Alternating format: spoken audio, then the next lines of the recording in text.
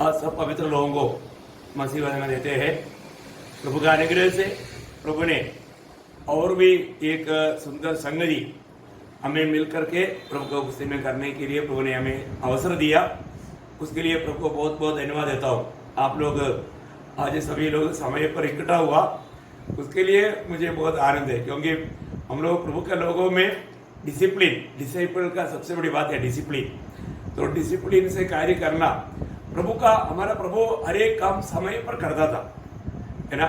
समय से पहले बुलाया तो प्रभु बोलता है कि मेरा समय अभी तक नहीं आया ना। समय पर सारे काम, हमारा यीशु मसीह ये दुनिया में जन्म हुआ, ठीक समय में जन्म हुआ करके गलातियों 4:4 में लिखा है ना। ठीक समय में प्रभु का हर एक काम ठीक समय में है। प्रभु को बहुत धन्यवाद देता है कि आज भी स्वर्ग में हमेशा के लिए स्थिर किया हुआ प्रभु के वचन आपस में बांटते हुए हमारा आत्मिक उन्नति का कारण बनने के लिए आज का ये संदेश, आज का भी ये मीटिंग कारण बनाए, यही प्रार्थना के साथ हम शुरू करते हैं। तो सबसे पहले मैं थोड़ा सा बात आपको अपने में बताना चाहूंगा। वो ये बात है कि बाइबल का क्या कार्य करता है। बाइबल क्या कार्य करता है, हमको बाइबल को क्यों इतना अच्छी रीति में सीखना चाहिए, बहुत जरूरी बात है ना।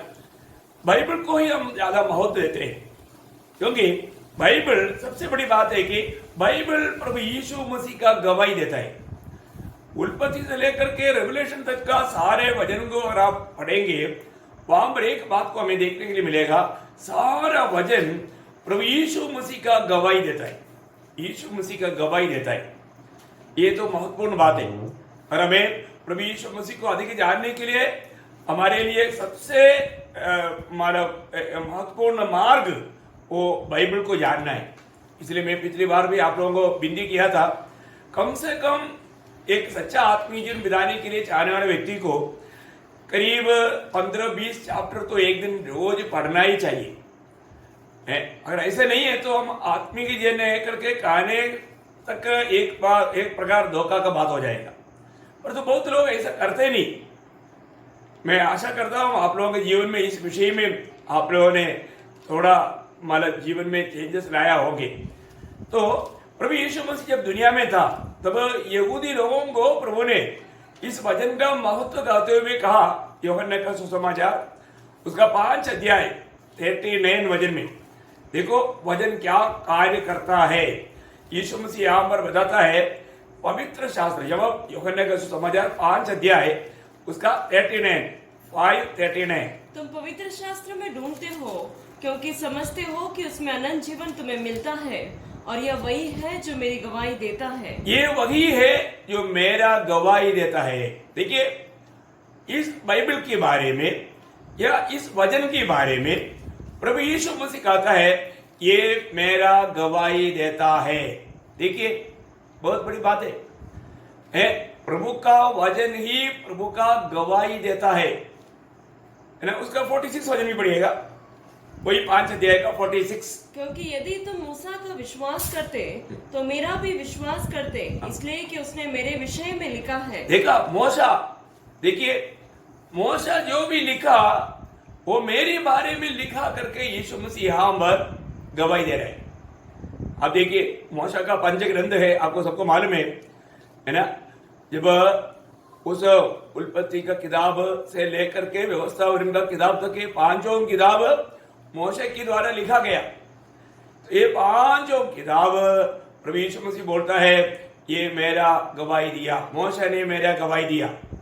वही बात जी उठने के बाद में प्रभु ने अपने चेलों को समझाने के वक्त भी ये बात को कहा था। आप याद होगा लूका का सुसमाचार में 24 अध्याय उसका 44 वचन, लूका का सुसमाचार 24 अध्याय उसका 44। फिर उसने उनसे कहा ये मेरी वे बातें हैं जो मैंने तुम्हारे साथ रहते हुए तुमसे कही थी कि अवश्य है कि जितने बातें मूसा की व्यवस्था और भविष्यवक्ताओं और भजनों की पुस्तक में मेरे विषय में लिखी है सब पूरी हो। देखा मतलब यहाँ पर यीशु मसीह ने मूसा से लेकर के बाकी भविष्यवक्ता लोगों का किताबों को भी अंगीकार किया और गीतों का किताब या भजन संगीता का किताब को भी अंगीकार करके गवाही देता है।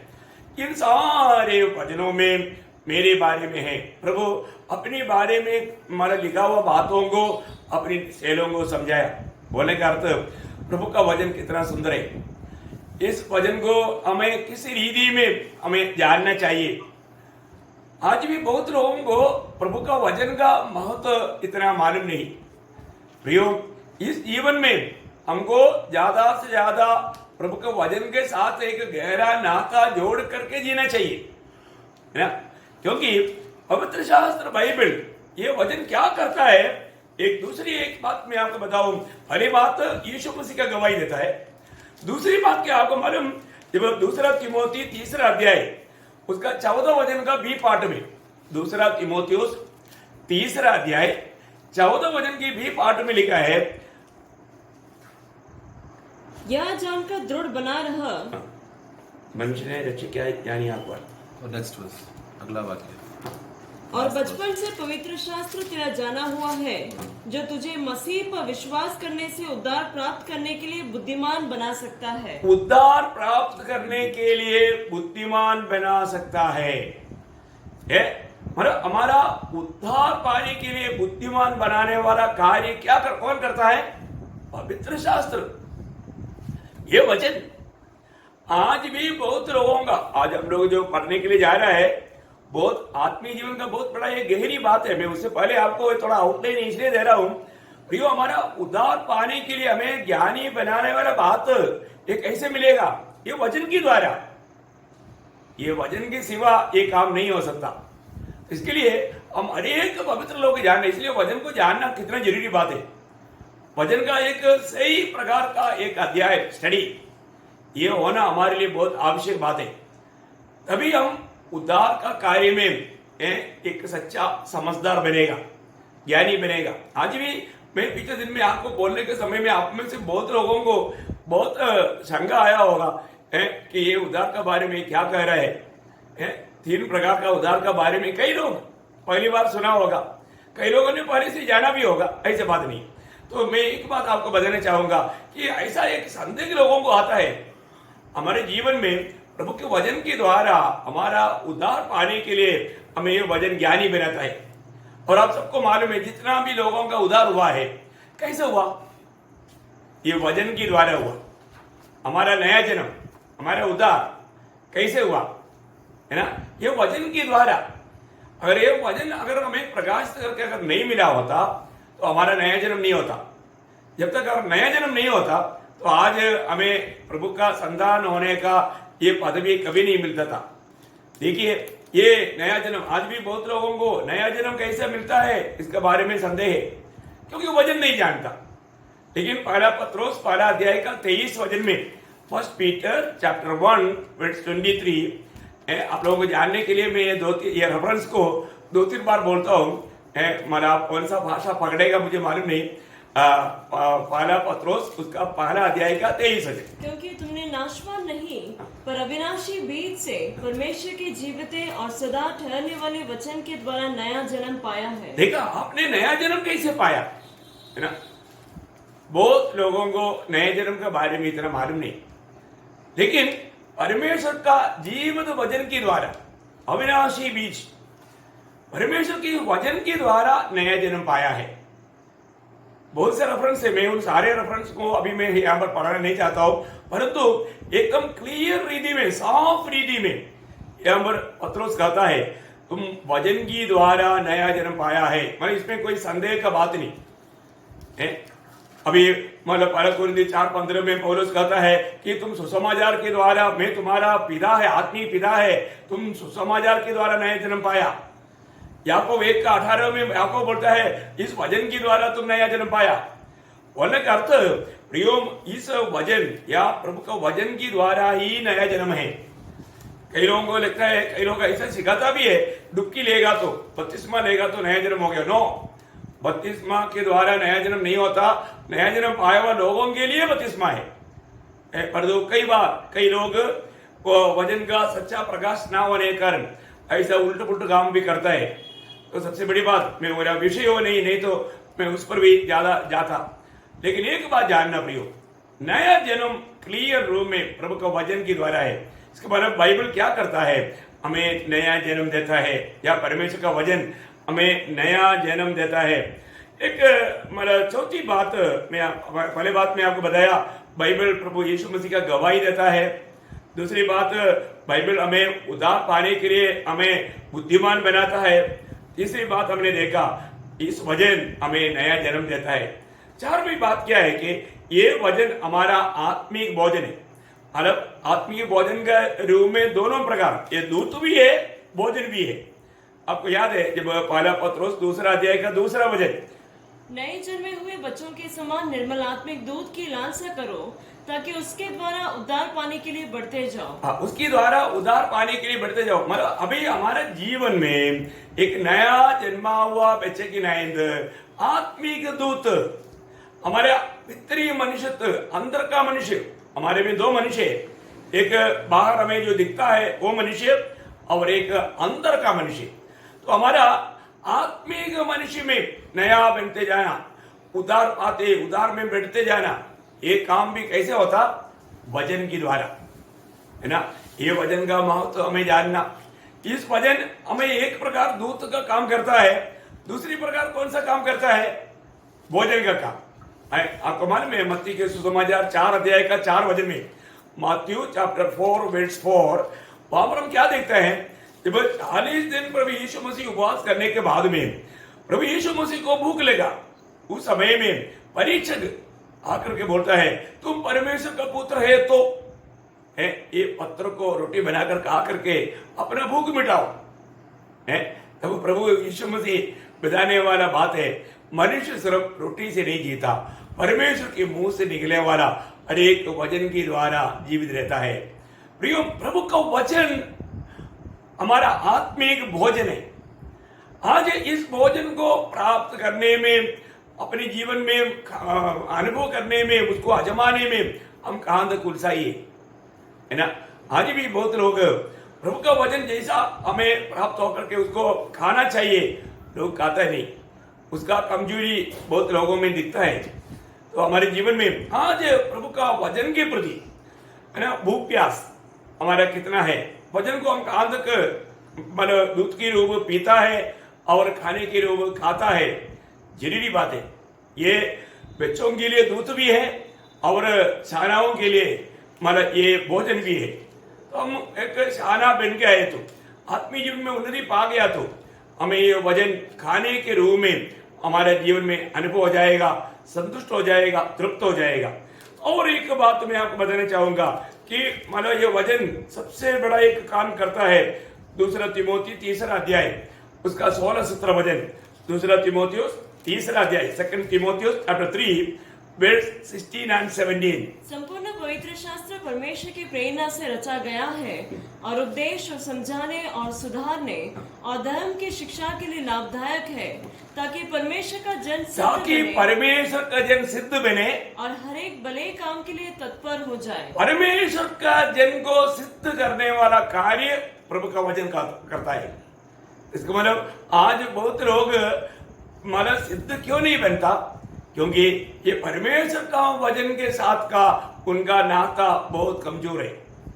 मैं इसलिए बार बार आपको बताना चाहूंगा, प्रियो, आज के दिन में आप कितना चैप्टर को पढ़ पाया है? एक प्रकार में आपको बोला, हम पढ़ने से बढ़कर वचन हमें पढ़ना, हमारे जीवन में उस वचन की पढ़ने से क्या बदला हुआ है? कोई मतलब जीवन में हम नया निर्णय को ले पाया क्या? ये बात को हमें जानना चाहिए। इस वजन मतलब इसका अतुल्यता, 1-2 बात भी बोल करके मैं विषय में प्रवेश करना चाहूंगा। अब ये 5 बात हमने जो देखा, अब हमारा बाइबल करने वाला कार्य है। बाइबल करने वाला कार्य क्या क्या काम करता? बहुत ध्यान से सुनना। क्या क्या 5 बात मैंने आपको बताया। एक, प्रभु यीशु मसीह का गवाही देता, ये वचन प्रभु यीशु मसीह का गवाही देता। दूसरा, हमें उद्धार के लिए बुद्धिमान बनाता, हमारा उद्धार के विषय में बुद्धिमान बनाता। तीसरा, ये वचन या बाइबल हमें नया जन्म दिलाता, ये वचन हमें नया जन्म दिलाता। चौथी बात, ये वचन हमारा आत्मिक जीवन के लिए दूत भी है और खाना भी है, दूत भी है और खाना भी है। 5वीं बात, ये वचन हमें मतलब सिद्ध बनाता, प्रभु का एक सिद्ध मनुष्य बनाता। देखिए, ये बाइबल करने वाला कार्य है। अभी इस बाइबल में इसकी अतुल्यता 2-3 बात मैं जल्दी बता करके अपना विषय की ओर जाऊंगा। देखिए इसकी अतुल्यता क्या है। सबसे पहली बात, भजन संहिता 12 अध्याय का 6वां वचन, साम्स 12 verse 6, भजन संहिता 12 अध्याय का 6 वचन। परमेश्वर का वचन पवित्र है, हाँ। उस चांदी के समान जो भट्टी में मिट्टी पर ताई गई हाँ। और 7 बार निर्मल की गई हो। हाँ, बोलने का अर्थ परमेश्वर का वचन प्रियो पवित्र है, एकदम पवित्र है, वो इतना निर्मल है। ये भी बात कितना अनमोल बात है। हम लोग जो प्राप्त करने वाले ये वचन प्रभु का एकदम पवित्र वचन है, ताया हुआ वचन है। बोलेगा तो इसमें संदेह करने वाला बात नहीं है। इसको निसंदेह प्राप्त करके या विश्वास करके अमल करके आगे बढ़ेगा, हमें बहुत बड़ा लाभ मिलेगा। शायद इसी कारण होगा 119 का 140 में दावीद कहता है, मुझे तेरे वचन से आदि प्रिय है ना। 119 का 140 हम पढ़ेंगे। 119 का 119 पढ़ेगा तो भजन संहिता है। 60 से 66 से ऊपर जो भी मैं बोलेगा, किताब का नाम मैं नहीं बोलूंगा है। आप लोगों को याद होगा, आप लोगों को मालूम है। 66 अध्याय तक का बोलेगा तो मैं जरूर किताब का नाम बोलेगा, क्योंकि ऐसे या 66 अध्याय है। परंतु 67 अध्याय का कोई किताब नहीं, वो तो सिर्फ भजन संहिता है।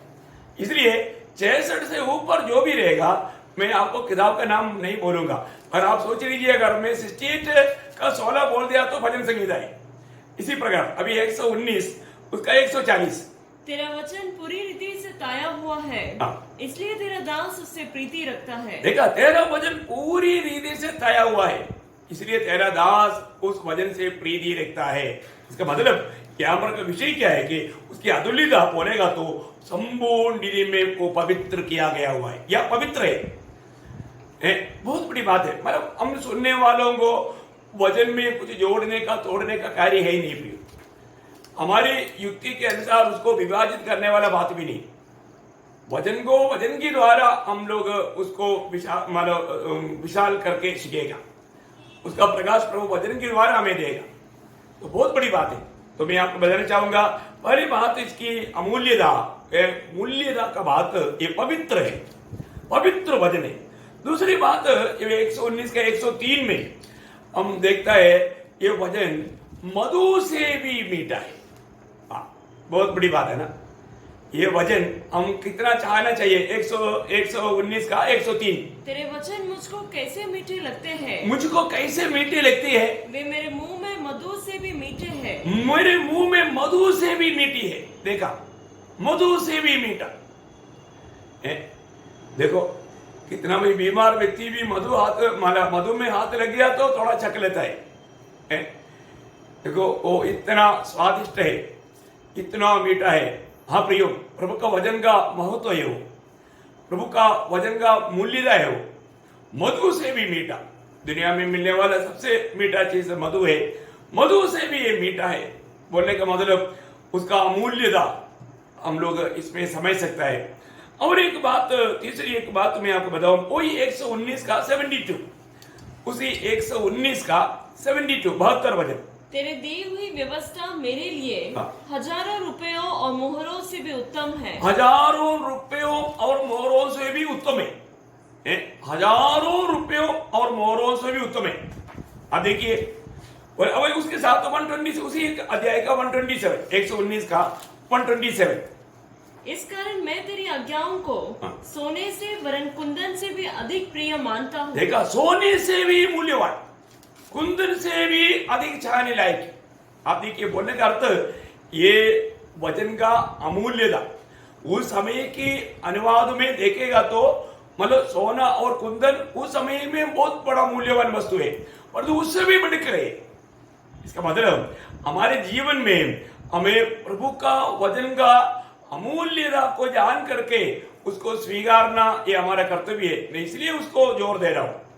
हाँ प्रियो, हमें ये वचन, हम किस रीति में इस वचन को देखता है और समझता है और स्वीकारता है, इसका गौरव जानेगा तो मूल्यवान चीज। अभी आपको मालूम है, कहीं भी यात्रा करने के टाइम पर अगर आप सोचिए आपके पास मूल्यवान अगर सोना आपके पास है तो आप उसको एक थैली में डाल करके बस के ऊपर उसमें नहीं छोड़ेगा जहां पर लगेज लगता है, आप उसको संभाल करके अपने पास ही रखेगा, है ना, क्योंकि मूल्यवान है, मूल्यवान चीज। अभी उस प्रकार वजन को मूल्यवान जान करके अपना दिल में रखता है कि नहीं? हाँ प्रियो, हमारे दिल में ये वजनों से हमें भर जाना है, बहुत ही बड़ी बात है।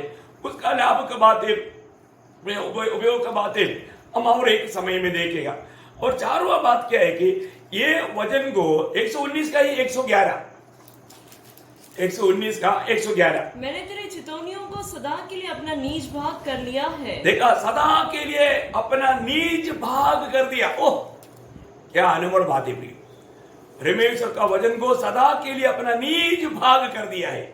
आज मैं आशा करता हूं आपका भी जीवन में इस वचन का गौरव जान करके अपना नीच भाग कर दे।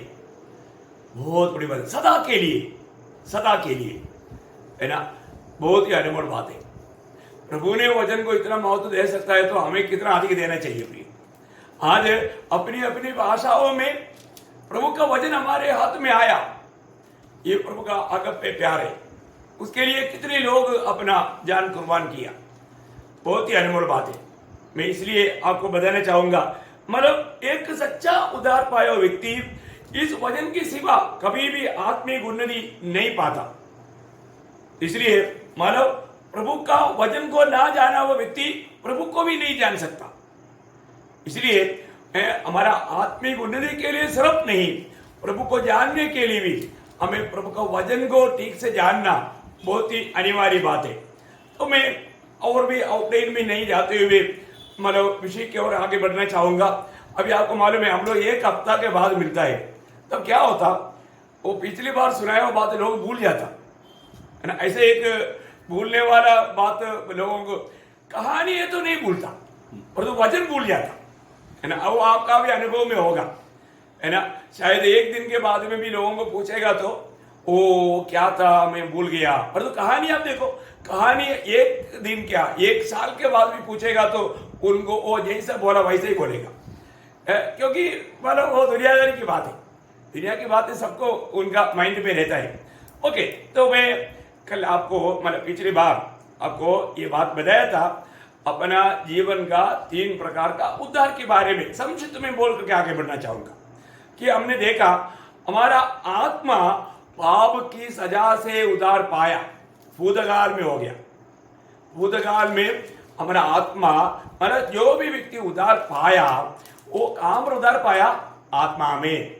और रोज हम अपनी प्राण में उस पाप की सामर्थ्य से उद्धार पाते रहता, पाप की सामर्थ्य से हम उद्धार पाते रहता। और तीसरा क्या है, हम लोग मतलब जब प्रभु यीशु मसीह जब आएगा तब हमारा शरीर का उद्धार हो जाएगा, तब हम पाप का सानिध्य उपस्थिति, उस उपस्थिति से हमारा उद्धार हो जाएगा। तो हमने 3 प्रकार का उद्धार के बारे में वहां पर देख रहा था। मैंने आपको मतलब आत्मा का उद्धार भूतकाल में हो गया, और प्राण का उद्धार हमारा वर्तमान काल में है, और हमारे शरीर का उद्धार हमारे भविष्य काल में है। ये तीनों बात मुझे आशा मतलब मुझे लगता है कि आपको समझ में आया होगा। अभी उसका डिटेल में मैं जाऊंगा, और क्योंकि आत्मा का उद्धार में आपको शक नहीं रहेगा, परंतु प्राण का उद्धार में आपको कई प्रकार का संदेह हो सकता है। मैं आज उसको आपको और थोड़ा गहराई में ले जाऊंगा। तो मैं आशा करता हूं, तो उस समय में पिछली बार आपको बताया था जब हमारा शरीर का जब उद्धार होता है तब हमें मिलने वाला पुनरुत्थान का शरीर को 10 विशेषता है। 10 आपको मैंने बताया था, ये भाग को पढ़ना करके। अभी आप में से कितने लोग पढ़ा है मुझे नहीं मालूम, मैंने एक भाग पढ़ा था, आपको याद है? याद नहीं तो भी मैं आपको याद दिलाता हूं, अगर आपने नहीं पढ़ा है तो जरूर इसी बार पढ़ना। वो है पहला कुरिन्थी 15 अध्याय, उसका 35 से लेकर के 53 तक का वचन। मैं आपको मालूम उस वचनों से वो 10 बातें मैं आपको जल्दी जल्दी बताना चाहूंगा, फिर आगे बढ़ेगा। देखिए, हमें मिलने वाला मतलब हमारा जब शरीर का उद्धार हो जाएगा उस समय में हमें मिलने वाला शरीर का, उस पुनरुत्थान शरीर का सविशेषता, ये 10 सविशेषता वो शरीर का रहेगा। नंबर 1, उसका 15 अध्याय का 42 वचन।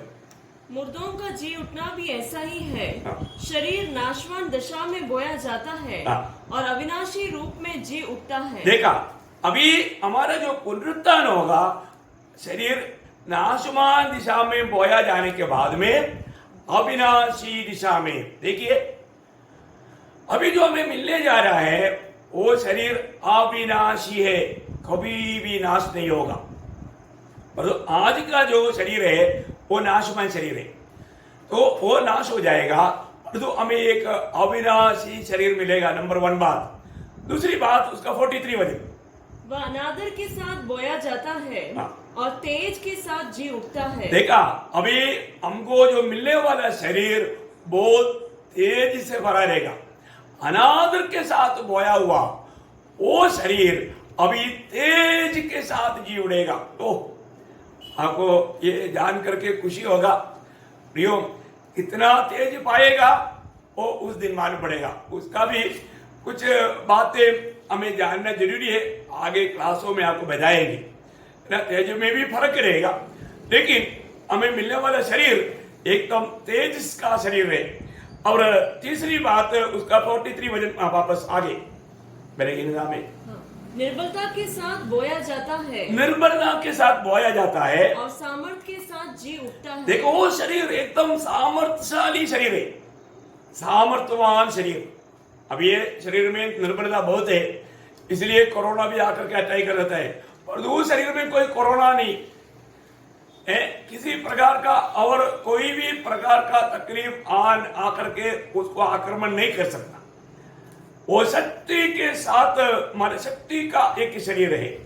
वो था तीसरा बात। और चौथी बात, उसका 44, स्वाभाविक देह बोई जाती है। देखा, अभी हम स्वाभाविक देह में है, अरे तो हमें मिलने वाला शरीर और आत्मिक देह जी उठती है। आत्मिक देह, देखो अभी हमें जो मिलने जा रहा है वो आत्मिक देह है।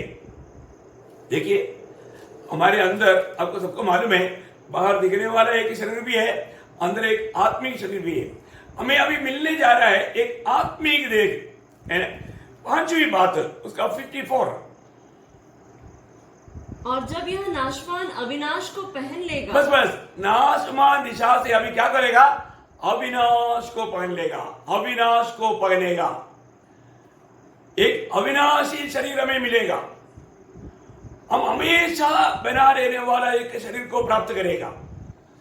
ओके, उसका 52 वचन, और यह क्षण भर में पलक मारते ही अंतिम तुरही फूंकते ही होगा, हाँ। क्योंकि तुरही फूंकी जाएगी, हाँ। और मुर्दे अविनाशी दशा में उठाए जाएंगे। हाँ, देखिए हमारा इस 6 का अनुभव हट करके एक अविनाशी, एक अच्छेदा, एक अविनाशी दिशा में बदलेगा, एक अविनाशी दिशा में। और मतलब और उसका आगे, और हम बदल जाएंगे, हाँ। क्योंकि अवश्य है कि यह नाशवान देह अविनाश को पहन ले। हाँ, देखिए नाशवान देह अविनाश को, मतलब इस तरह नीचे का शरीर एक अविनाशी दिशा को प्राप्त करेगा। उसका 54, और जब यह नाशवान अविनाश को पहन लेगा, हाँ। और यह मरणहार अमरता को पहन लेगा, मरणहार अमरता को पहन लेगा, मतलब मरने वाला शरीर अभी क्या करेगा, अमरता को, मतलब कभी भी ना मृत्यु होता ऐसा एक अनुभव में पहुंच जाएगा। ऐसा एक शरीर, हमेशा बना रहने वाला शरीर, अनंतता का शरीर। उसका 49 49। और जैसे हमने उसका रूप धारण किया, हाँ। जो मिट्टी का था, हाँ। वैसे ही उस स्वर्गीय का रूप भी धारण करेंगे। बस अभी मिट्टी का शरीर बदल करके स्वर्गीय शरीर, देखा, मिट्टी का शरीर बदल करके स्वर्गीय शरीर, हमें स्वर्गीय शरीर मिलने वाला है, स्वर्गीय शरीर। और 10वीं बात, उसका 49, और एक बार, और जैसे हमने उसका रूप धारण किया, हाँ, मतलब मिट्टी का रूप धारण किया, वैसे ही उस स्वर्गीय का रूप भी हाँ, धारण करेंगे। वो स्वर्गीय का रूप रहेगा, वो शरीर स्वर्गीय का रूप में रहेगा। देखिए कितना अनोखी बात है। मैं आपको बताना चाहूंगा, हमें मिलने वाला वो शरीर के बारे में, इसलिए प्रभु के आगमन के प्रति हमारे जीवन में कितना तड़प होना चाहिए, क्योंकि हमारा इस शरीर की अवस्था बदल करके इस प्रकार का अतुल्यता का वर्णन नहीं कर सकता। अभी हम लोग इस बात को थोड़ा समझना मुश्किल है। ऐसा एक शरीर हमें मिलने जा रहा है। जब हमारा प्रभु का आगमन में हमारा शरीर का उद्धार हो जाएगा, वो अवस्था कितना श्रेष्ठ बात है। उस शरीर की थोड़ा सविशेषता भी 2-3 बात मैं आपको जल्दी बताता हूं। जो हमें मिलने वाला शरीर का सविशेषता क्या है, जब यूहन्ना का सुसमाचार 20 अध्याय का 19 वचन में जब प्रभु यीशु मसीह जी उठने के बाद में, जॉन गॉस्पेल चैप्टर 20 वर्स 19, हम देखते हैं कि बंद कमरे में जा सकता है। ये शरीर में हम लोग बंद कमरे में जा सकता है। बोलने का मतलब कोई भी बात हमारे लिए एक रुकावट नहीं। आप पढ़िएगा उसको। उसी दिन जो सप्ताह का पहला दिन था, संध्या के समय, जब वहां के द्वार जहां चेले थे यहूदियों के डर के मारे बंद थे, तब यीशु आया और उनके बीच में खड़ा होकर उनसे कहा, तुम्हें शांति मिले। मतलब उनके बीच में कैसे आया? प्रभु यीशु मसीह के लिए कोई दरवाजा खोलकर नहीं दिया, परंतु यीशु मसीह अंदर आया। सेम ऐसा शरीर प्रभु हमें उस समय में देने वाला है, जबकि हमको मतलब इस प्रकार कोई भी जाना है तो उसमें कोई रुकावट नहीं। एक प्रकार मैं आपको बताऊं, जैसे हमारा मन सोचता उतना स्पीड में चलने वाला एक शरीर है, बहुत गंभीर बात है। ऐसा एक शरीर हमें मिलने जा रहा है। दूसरा, इस शरीर का एक और खूबी बोलेगा तो मतलब चाहे आप भोजन खा सकता है, परंतु जरूरत नहीं।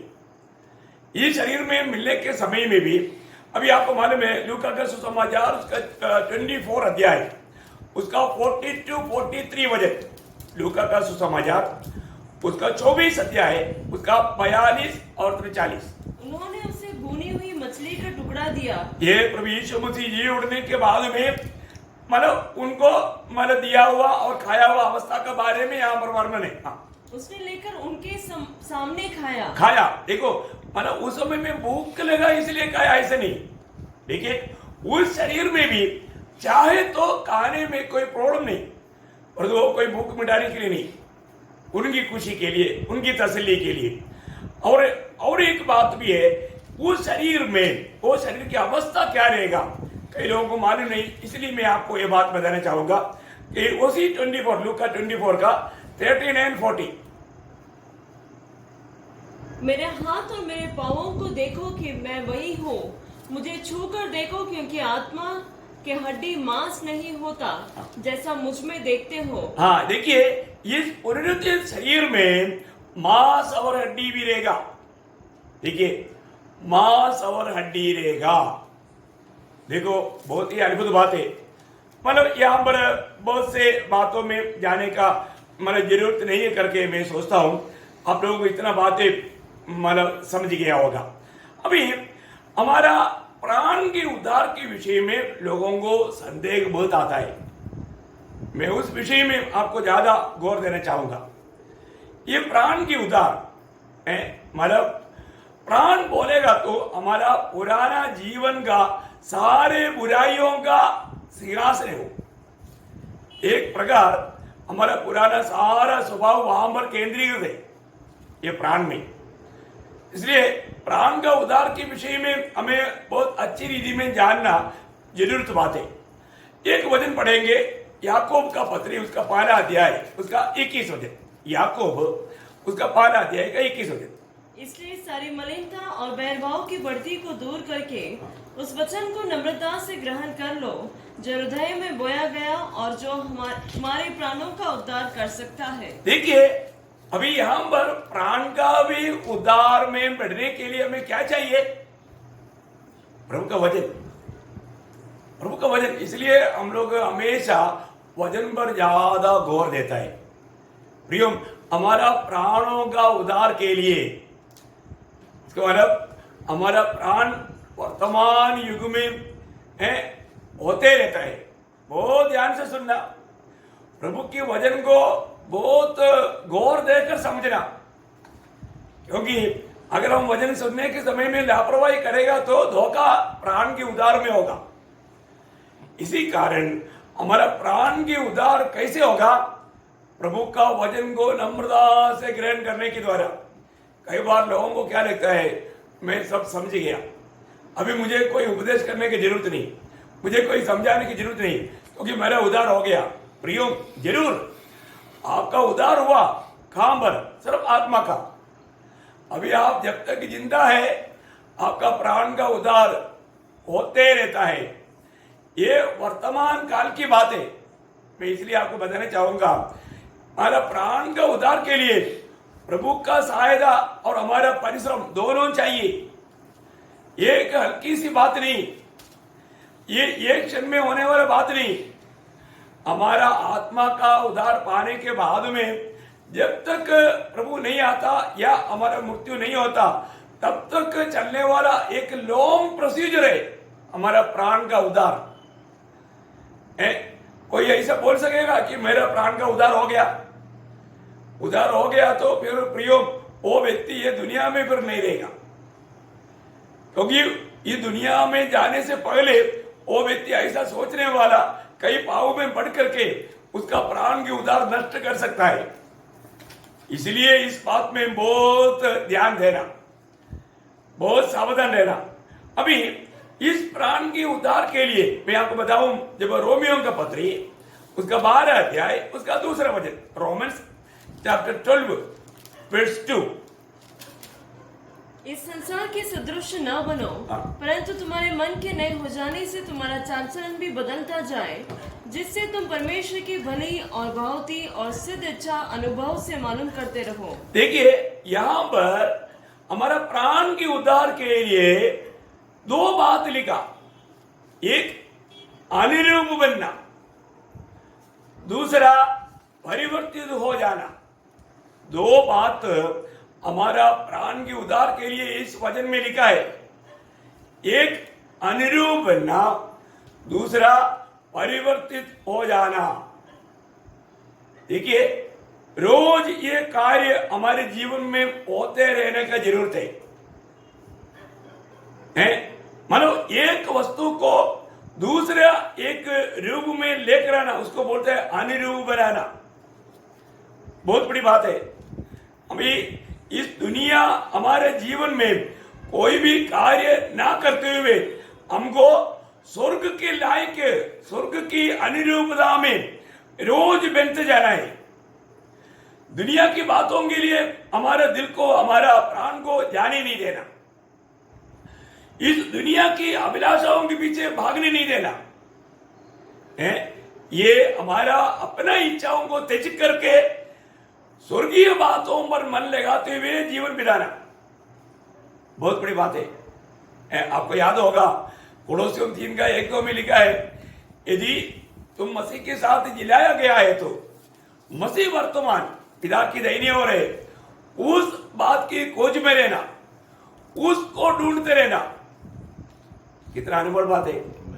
आज मेरे जीवन में मैं प्रभु स्वर्गीय बातों को खोज में रहकर प्रभु की अनुरूप बनते जा रहे कि नहीं, ये बात को हमें परखना है, हमें जांचना है।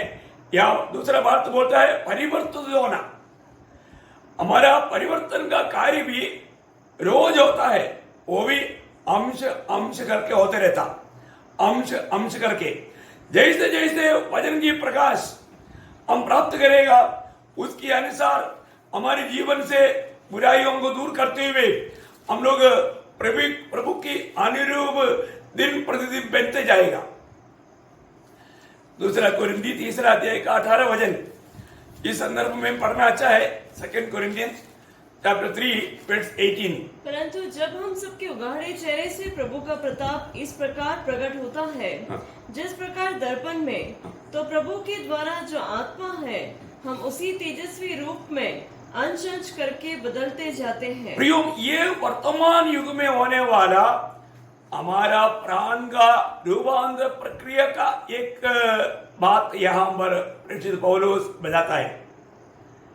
अंश अंश करके हमारा एक प्राण प्रभु का अनुरूप उस स्वभाव में बदलते जाने वाला एक अनुभव बड़ी बात है। प्रभु के पीछे चलने वाले लोगों को इस विषय में प्रकाश होना जरूरी बात है। एक विजय मसीह जीवन बिताने के लिए रोज हमारा प्राण के उद्धार में बढ़ते जाना जरूरी बात है। उसकी एक खास बात प्रभु ने चेलों को बताया। ये कब बताया? उस समय में बताया जबकि पत्रोस ने, यीशु मसीह ने बोला, इस चट्टान पर मैं मेरा मंडली बनाऊंगा। ये तो पत्रोस के लिए एक बहुत बड़ा आनंददायक बात था। लेकिन इसके बाद में यीशु मसीह अपने जीवन में यरूशलेम में जाकर के मरने के बाद जब बताया, तुरंत पत्रोस ने बोला, प्रभु तुझे ऐसे कभी ना होने दे। देखिए क्यों?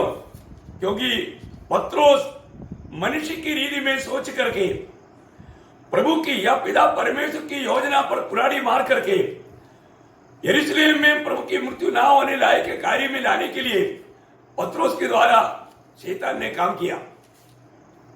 बहुत बड़ी बात है। उसके बाद प्रभु यीशु मसीह का आने वाला एक बड़ा गंभीर बात यहां पर हम पढ़ता है। बहुत ध्यान से पढ़ना। मत्ती की सुसमाचार उसका 16 अध्याय उसका 24 से 27। मत्ती की सुसमाचार उसका 16 अध्याय का 24 से 27। तब यीशु ने अपने चेलों से कहा, यदि कोई मेरे पीछे आना चाहे तो अपने आप का इनकार करे और अपना क्रूस उठाए और मेरे पीछे हो ले। क्योंकि जो कोई अपना प्राण बचाना चाहे वह उसे खोएगा, और जो कोई मेरे लिए अपना प्राण खोएगा वह उसे पाएगा। यदि मनुष्य सारे जगत को प्राप्त करे और अपने प्राण की हानि उठाए तो उसे क्या लाभ होगा, या मनुष्य अपने प्राण के बदले क्या देगा? बस देखिए, अब ये शब्द, ये वचन, अब लोग ये वचनों को नोट करने के बाद में बहुत ध्यान से वापस उस पर ध्यान करना पड़ेगा। क्योंकि अपने को मिला हुआ ये थोड़ा समय के अंदर मतलब इस विषय को बहुत विस्तार रूदी में बोलने के लिए इतना वक्त नहीं। मैं इसलिए आपको ये बताना चाहूंगा, यहां पर यीशु मसीह बोलने वाला ये बात में एक त्याग, दूसरा मृत्यु के लिए सोमना, तीसरा पीछे होना, ये 3 विषय है ना। वापस उसका 24 से पढ़िएगा। तब यीशु ने अपने चेलों से कहा, हाँ। यदि कोई मेरे पीछे आना चाहे, यदि कोई मेरा पीछे आना चाहे तो अपने आप का इनकार करे। अपने आप का इनकार करना का मतलब क्या है? अपना प्राण का इनकार। बहुत बड़ी बात है प्रियो।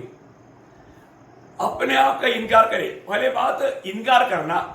और अपना क्रूस उठाए। क्रूस उठाने का अर्थ प्रभु के लिए मरने के लिए सोमना, प्रभु के लिए मरने के लिए अपने जीवन को सोमना। क्रूस उठाए और मेरे पीछे हो ले। मेरे पीछे हो ले, पीछे हो लेना। देखिए, मतलब एक व्यक्ति जब उद्धार पाता है, प्रभु का इस उद्धार प्राप्त किया हुआ व्यक्ति को प्रभु किस लिए बुलाया मालूम? प्रभु के लिए मरने के लिए बुलाया। रोज प्रभु के लिए मरने वाला अनुभव चाहिए। आपको याद होगा जब प्रेरित पौलुस कहा था ना, पहला कोरिन्थी में 15 अध्याय का 31 वचन में, मैं रोज मरता है, मैं रोज मरता है। रोज हमें प्रभु के पीछे चलने के लिए सूली लेने की जरूरत है ना। एक काम हमें रोज करना है ना। लूका 9 अध्याय का 23 वचन आपको याद होगा, यदि कोई मेरे पीछे आना चाहे तो हर रोज, वहां पर ये बात खास उल्लेखित है, हर रोज। थोड़ा पढ़िएंगे। उसने सबसे कहा, हाँ। यदि कोई मेरे पीछे आना चाहे हाँ। तो अपने आप से इनकार करे, अपने आप से इनकार करे और प्रतिदिन अपना क्रूस उठाए हाँ। मेरे पीछे हो ले। देखा, मतलब प्रतिदिन हमें रोज रोज प्रभु के पीछे चलने के लिए हमें रोज रोज मरने का अनुभव का जरूरत है प्रिय। बहुत बड़ी बात है। हमारा प्राण को अप्रिय जानना। आज भी बहुत लोग छोटा कोई संकट आ गया तो संकट से डर करके भागता है, क्योंकि उसको अपना प्राण इतना मूल्यवान है। और तो प्रभु ने यहां पर क्या बोला? जो मेरे लिए अपने प्राण खोएगा तो वो उसको बचाएगा। देखिए ये बात तो बहुत अनमोल है। उसका 25 वचन वापस पढ़ना है, मत्ती 16 का 25। क्योंकि जो कोई अपना प्राण बचाना चाहे देखा, जो कोई अपना प्राण बचाना चाहेगा वह उसे खोएगा। देखिए क्या खोएगा प्रियो, प्राण का उद्धार खोएगा। प्राण का उद्धार खोने से क्या नष्ट होगा आपको मालूम? 1000 साल के राज्य में आप नहीं मिलेगा। बहुत गौरव से जानने वाला बात है प्रियो, है भयंकर नुकसान लोग उड़ाने जा रहे हैं अज्ञानता के कारण। प्रियो प्रभु में बुलाहट पाए हुए लोगों को यह बात को जानना बहुत जरूरी है। प्रभु के लिए अपनी प्राण खोने के लिए जो कोई तैयार नहीं, वो अपना प्राण बचाना चाहता है। ऐसा है तो वो व्यक्ति क्या करेगा? वो खोएगा, वो प्रतिफल खोएगा। 1000 साल का राज एक बड़ा तोहफा है प्रियो। उस तोहफा को प्राप्त करने के लिए हमारे इस जीवन में हमें अपने प्राण को अप्रिय जानना, प्राण को त्यागना प्रभु के लिए सुसमाचार के खातिर बहुत बड़ी बात है। मैं आपको मैंने प्रभु में बुलाहट पाया हुआ प्रेरित पौलुस का एक गवाही मैं आपको बताऊं है। अगर इस अनुभव हमारा नहीं रहेगा प्रियो, हम अपने प्राण के उद्धार में आगे नहीं बढ़ पाएगा। प्राण का उद्धार नहीं हो सकता है ना। जब प्रेरितों का 20 अध्याय का 24 वचन, एक्ट्स चैप्टर 20 वर्स 24। ओ प्रभु यीशु तेरी महिमा। परंतु मैं अपने प्राण को कुछ नहीं समझता कि उसे प्रिय जानूं। देखा, पौलुस अपने जीवन में कहता है मैं अपने प्राण को कुछ नहीं समझता, मैं उसको प्रिय जानूं। बोलेगा तो पौलुस के जीवन में प्रभु को पाने के बाद में ये प्राण को उन्होंने अप्रिय जान करके जीवन बिताया। प्राण को अप्रिय जाना है, क्यों? उसका कारण क्या है? प्रभु ने ऐसा एक जिम्मेवारी सौंपा है। आगे पढ़िएगा। वरन यह कि मैं अपनी दौड़ को और उस सेवा को पूरी करूं जो मैंने परमेश्वर के अनुग्रह के सुसमाचार पर गवाही देने के लिए प्रभु यीशु से पाई है। ओह प्रियो, जो भी बुलाहट पाया वो लोग ये सेवकाई अगर प्रभु से पाया है तो उनके लिए ये प्राण को तुच्छ जानना या ये प्राण को अप्रिय जानना कोई दिक्कत की बात नहीं है। हमें अपने जीवन में बरकना है ना, सुसमाचार के लिए। देखिए यहां पर प्रभु का अनुग्रह के सुसमाचार का गवाही देने के लिए प्रेरित पौलुस हमेशा अपने प्राण को अप्रिय जानते थे। अपने प्राण प्रभु के खातिर उंडेलने के लिए हमेशा तैयार रहते थे। वो अनुभव को हम लोग अगला अध्याय में, जब प्रेरितों का 21 अध्याय उसका 13 वचन में अगर आप पढ़ेगा तो प्रेरितों का आपको मालूम है वहां पर बात क्या है कि उस फिलिपोस का घर में फिलिपोस की 4 बेटियां भविष्यवाणी करते थे, परंतु एक अगबोस नाम का एक भविष्यवक्ता आकर के पौलुस का टॉवल लेकर के हमारा अपना कवर बांध करके वो बोला, जिसका ये टॉवल है उसको यरूशलेम में इस रीति में बांधा जाएगा, जादियों को सौंपा जाएगा। ये सारी बात उनके जीवन में होने वाला सतावट, कष्ट के बारे में, तकलीफ के बारे में जब अगबोस ने भविष्यवाणी किया। आज अगर कोई भविष्यवाणी करेगा तो क्या करेगा? बोलेगा देखो प्रभु का प्रेम, प्रभु ने विमुक्ति होने से पहले मुझको बचा लिया, क्योंकि अच्छा हो गया वो भविष्यवक्ता आया मेरे बारे में भविष्यवाणी किया। अभी मैं यरूशलेम में नहीं जाएंगे, अभी मैं लंदन में जाएंगे, अमेरिका में जाएंगे, उधर सतावट नहीं है, ऐसा बोलकर भाग जाता था। लेकिन प्रियो यहां पर हम देखता है, यहां पर उसने ऐसा नहीं किया। यहां पर हम देखते हैं कि यहां पर पौलुस क्या बोलता है, आप उसका ध्यान से सुनिए, उसका 13 वचन। परंतु पौलुस ने उत्तर दिया, तुम क्या करते हो कि रो रो कर मेरा दिल तोड़ते हो? मैं तो प्रभु यीशु के नाम के लिए यरूशलेम में न केवल बांधे जाने ही के लिए वरन मरने के लिए भी तैयार हूँ। देखा प्रियो, एक सच्चा मसीह जीवन बिताने के लिए हमें अपने प्राण को अप्रिय जानने का गौरव आपको समझ में आया? कोई भी इस प्रकार का प्रतिकूल को देख करके डरने वाला नहीं। प्रभु के लोग, आपको मालूम है अगर हम एक डरपोक बनकर रहेगा तो मसीह जीवन एक लड़ाई के मैदान में है। व्यवस्था विवरण 20 अध्याय का 8 वचन में लिखा है कि डरपोकों को लेकर के लड़ाई में नहीं जाना, नहीं तो जिसके पास हिम्मत है वो लोग भी मतलब उसमें घबरा जाएगा। है डरना नहीं प्रियो, हमें अपने प्राण को भी प्रभु की खातिर उंडेलने के लिए तैयार रहना, क्योंकि विजय लोगों का चिन्ह वही है। आखिरी में लिखा है उन्होंने अपने प्राण को प्रिय नहीं जाना ना। Revelation chapter 12 verse 11 last part, आखिरी भाग, उन्होंने अपने प्राण को प्रिय नहीं जाना। प्रियो, सच्चा विजय जीवन बिताने के लिए चाहने वाले लोग वो अपने प्राण को भी अप्रिय जान करके अपने प्राण को भी प्रभु के लिए उंडेलते हुए जीवन बिताएगा। बहुत मनोहर बात है ना। हमें मालूम है वही प्रेरितों के काम में मानव 15 अध्याय है, उसका 25 और 26 वचन में प्रेरितों का काम, उसका 15 अध्याय है, उसका 25 और 26 वचन। इसलिए हमने एक चित्त होकर ठीक समझा हाँ। कि चुने हुए मनुष्यों को अपने प्रिय बरनबास और पौलुस के साथ तुम्हारे पास भेजे। हाँ। ये ऐसे मनुष्य हैं, ये ऐसे देखिए यहाँ पर पौलुस और बरनबास के बारे में ऐसे एक गवाही है, ये ऐसे मनुष्य है जिन्होंने अपने प्राण हमारे प्रभु यीशु मसीह के नाम के लिए जोखिम में डाले हैं। देखा, अपने प्राण प्रभु यीशु मसीह के लिए जोखिम में डाले हैं। देखो विजय लोगों का चिन्ह देखा है।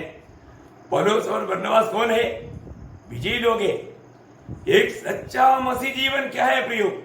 अपने प्राण को प्रभु की खातिर जोखिम में डाला हुआ जीवन, अपने प्राण को अप्रिय जाना हुआ जीवन, है ना। यही गवाही हम एपफ्रोदितुस के बारे में देखता है ना। अगर आप मतलब फिलिपियों का पत्री उसका 2 अध्याय का 25 वचन में वो नाम मिलेगा और उसका काम उसका 30 वचन में मिलेगा, दोनों पढ़िएगा। पर मैंने इपफ्रोदितुस को, जो मेरा भाई और सहकर्मी और संगी योद्धा और तुम्हारा दूत और आवश्यक बातों में मेरी सेवा टहल करने वाला है, तुम्हारे पास भेजना आवश्यक समझा। उसका 30 वचन, क्योंकि वो मसीह के काम के लिए मसीह की काम के लिए अपने प्राणों पर जोखिम उठाकर मृत्यु के निकट आ गया था। देखा, मानो एपफ्रोदितुस के बारे में प्रेरित पौलुस गवाही देता है, उन्होंने भी अपने प्राण को अप्रिय जान करके प्रभु के लिए मरने के लिए वक्त तक पहुंच गया। कितना अनमोल बात है। अपने जीवन में ऐसा अनुभव आएगा तो अपन प्रभु में बना रहेंगे क्या? है कोई ऐसा कोई बातों को सामना करना पड़ेगा तो हम लोग सामना करने के लिए तैयार होंगे क्या?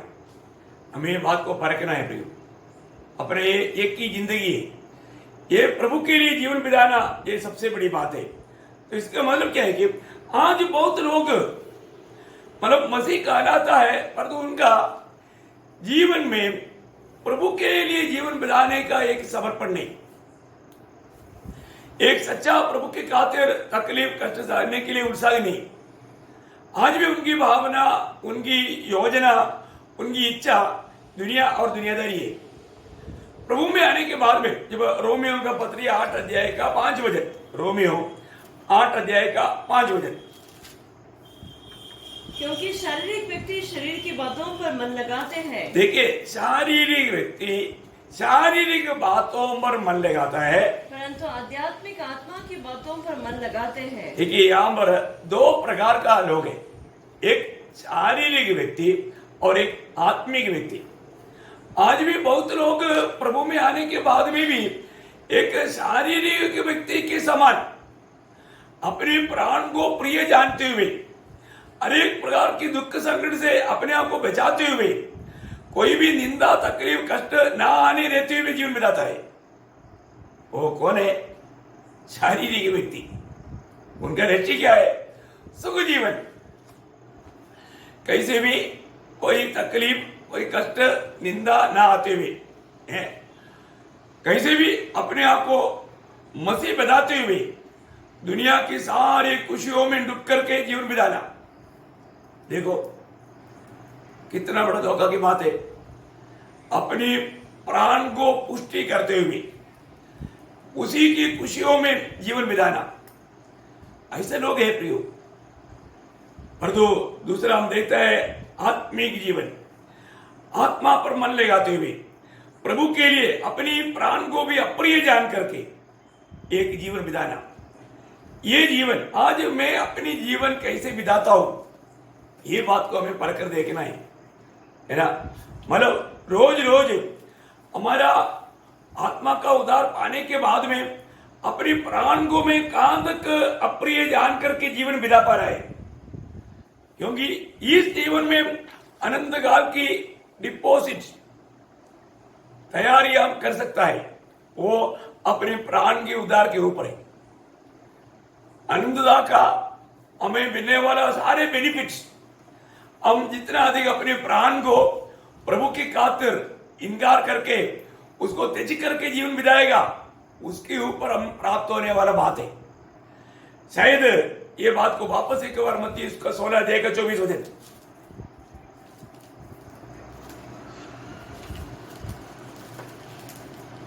मत्ती उसका 16 अध्याय 16:24। तब यीशु ने अपने चेलों से कहा, यदि कोई मेरे पीछे आना चाहे तो अपने आप का इनकार करे और अपने आप का इनकार करना।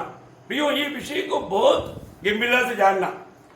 मतलब अपनी भलाइयों को, अपनी सुखों को इनकारना, अपनी मार्गों को इनकारना, अपना इस प्राण की जो भी बात है उस बात को एकदम इनकारना। ऐसा है तो ऐसा व्यक्ति ही सचमुच प्रभु के पीछे चल सकता है। प्रभु के पीछे चलने में सबसे बड़ा रुकावट हमारा प्राण है, हमारे स्वयं है, स्वयं केंद्रित जीवन। उसमें हम प्रभु के पीछे चलने में भारी रुकावट है। परंतु उसके 25 हो जाए, क्योंकि जो कोई अपना प्राण बचाना चाहे वह उसे खोएगा, और जो कोई मेरे लिए अपना प्राण खोएगा वह उसे पाएगा। हाँ, देखा, प्रभु के लिए अपने प्राण को खोएगा तो वो उसको प्राप्त करेगा। वो एक बहुत बड़ा एक विजय प्राप्त करेगा, वो एक बहुत बड़ा एक धन प्राप्त करेगा, एक बड़ा तोहफा प्राप्त करेगा। वो 1000 साल का प्रभु के साथ का राज है प्रिय, है ना। इसलिए अभी अपने आप को परखना है। मानो मेरे जीवन में इस नया जन्म पाने के बाद में मैं कहां तक मैं अपने प्राण को अप्रिय जान करके जीवन बिता पाता है।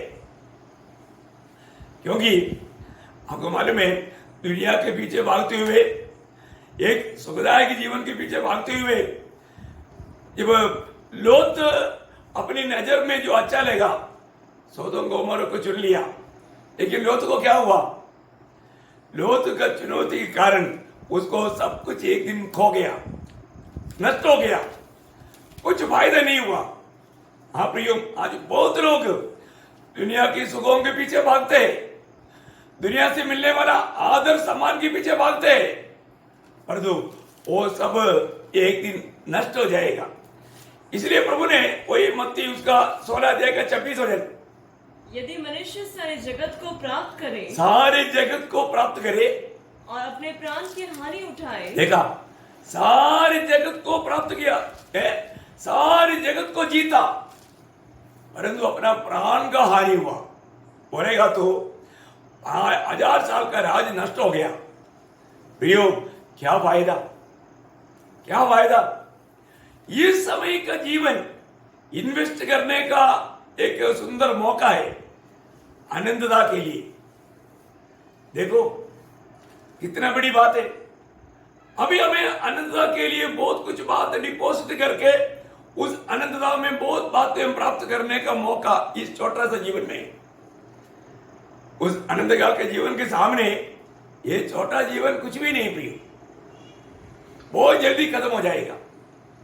इसलिए मैं आपको बताना चाहता हूं कि इस जीवन में हम अपने प्राण को भी अप्रिय जान करके, उसको भी एकदम तुच्छ जान करके, जैसे अभी हमने प्रेरित पौलुस के जीवन में देखा, इतना तकलीफ है, शायद मृत्यु हो सकता है, लेकिन वो बोलता है मैं प्रभु के लिए मरने के लिए तैयार हूं, प्रभु के लिए, इस समाचार के लिए, प्रभु ने सौंपा हुआ उस कार्य के लिए वो अपने प्राण को भी अप्रिय जान करके जीवन बिताया। कितना श्रेष्ठ बात है। आज हमारे जीवन कैसा है, आज हमारा दौड़ क्या है, एक सच्चा विजयी जीवन में बिता पा रहा है कि नहीं, अपने प्राण को भी मैं अप्रिय जानता है कि नहीं, ये बात को हमें परख कर देखना है ना। मैं आशा करता हूं जरूर मतलब आप लोग इस बारे में अधिक अधिक इस विषय में मनन करोगे। अगला मतलब मीटिंग में प्रभु का आगमन देरी हुआ तो इसी विषय को और भी थोड़ा प्रकाश डालना चाहता हूं। आपने दिया हुआ समय के अनुसार आप ना बोलते हुए मैं यहाँ पर समाप्त कर रहा हूँ, क्योंकि मुझे मालूम है आप लोग भी सोचता होगा, दिल में कोई सोचा भी होगा ये कब बंद होगा। आप बोलने से पहले टाइम पर अपन बंद करने से कितना अच्छा रहता है। बहुत बड़ी बात है प्रियो, अपना प्राण का उद्धार अभी तक ये कंटिन्यूस चलते रहता है प्रियो। जब तक प्रभु नहीं आता तब तक हमारा प्राण का उद्धार का विषय चलते रहेगा। लेकिन एक बात जानना, हमें रोज अपने आप को इनकारना, रोज प्रभु के लिए मरने के निर्णय में चलना, अपनी प्राण को अप्रिय जानना। जो व्यक्ति अपने प्राण को अप्रिय जानेगा वो उस समय के लिए अपने प्राण को जीतेगा, बोलेगा तो प्रभु के साथ उस 1000 साल के राज्य में वो व्यक्ति भी शामिल हो जाएगा। कितना धन्यवाद है। तो इसलिए निश्चय आशा करता हूं आप अपना जीवन में और भी एक गहरा फर्क करेंगे। आज मेरे जीवन में मैं मेरे प्राण को भी इनकार कर प्रभु को जीवन में प्रथम स्थान देकर एक सच्चा आत्मिक जीवन, आत्मा के अनुसार चलने वाला एक जीवन में बिता पा रहा है कि नहीं, ये बात को स्वयं परख करके विजय प्राप्त करके जीने के लिए ये वचनों के द्वारा प्रभु आप सबको सहायता करे। प्रभु का अनुग्रह आप सबके साथ हो। आमीन।